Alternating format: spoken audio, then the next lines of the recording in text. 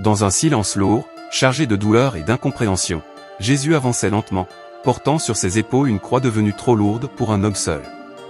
Chaque pas semblait arracher un peu plus de force à son corps affaibli. Autour de lui, la foule criait, certains se moquaient, d'autres pleuraient en silence, incapables de comprendre l'injustice qui se déroulait sous leurs yeux.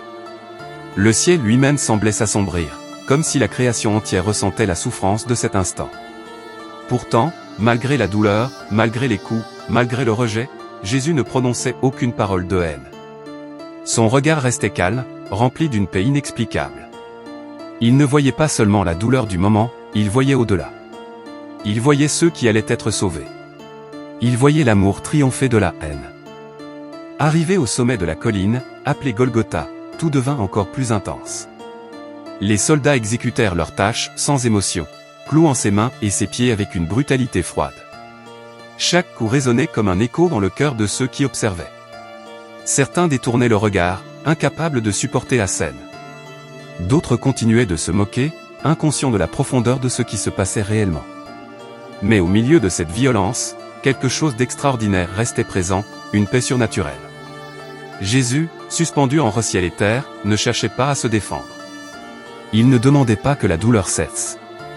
Au contraire, il acceptait tout cela avec une force silencieuse, comme s'il savait que chaque instant de souffrance portait un sens plus grand que la douleur elle-même. Le temps semblait s'arrêter. Les heures passaient lentement, et la souffrance devenait de plus en plus intense. Le ciel s'assombrissait davantage, plongeant la terre dans une atmosphère étrange, presque irréelle. Ceux qui étaient présents commençaient à ressentir que quelque chose de bien plus grand était en train de se produire.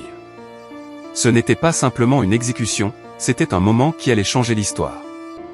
Malgré la douleur, Jésus trouva encore la force de parler. Et ces mots ne furent pas des mots de colère, mais des mots d'amour. Il regarda ceux qui l'avaient condamné, ceux qui l'avaient frappé, et dit, « Pardonne-leur, car ils ne savent pas ce qu'ils font. » À cet instant, tout changea. L'amour venait de répondre à la haine, et il était plus fort. Autour de la croix, les émotions étaient mêlées. La peur, la tristesse, l'incompréhension, mais aussi une étrange sensation d'espoir. Certains commençaient à réaliser que cet homme n'était pas comme les autres. Qu'il y avait quelque chose de divin dans sa manière de souffrir, dans sa manière d'aimer, même dans les pires moments. Le vent se leva, les nuages s'intensifièrent, et une obscurité inhabituelle couvrit le ciel. C'était comme si la nature elle-même réagissait à ce sacrifice. Jésus, épuisé, leva les yeux vers le ciel une dernière fois.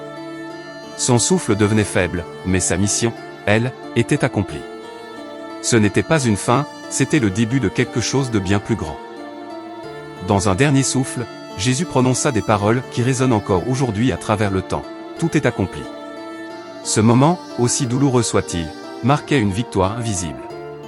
Une victoire que peu comprenaient sur le moment, mais qui allait transformer des millions de vies. Le silence qui suivit était lourd, presque sacré. Puis, soudain, la terre trembla. Le voile du temple se déchira. Et ceux qui étaient présents commencèrent à comprendre, quelque chose venait de changer pour toujours.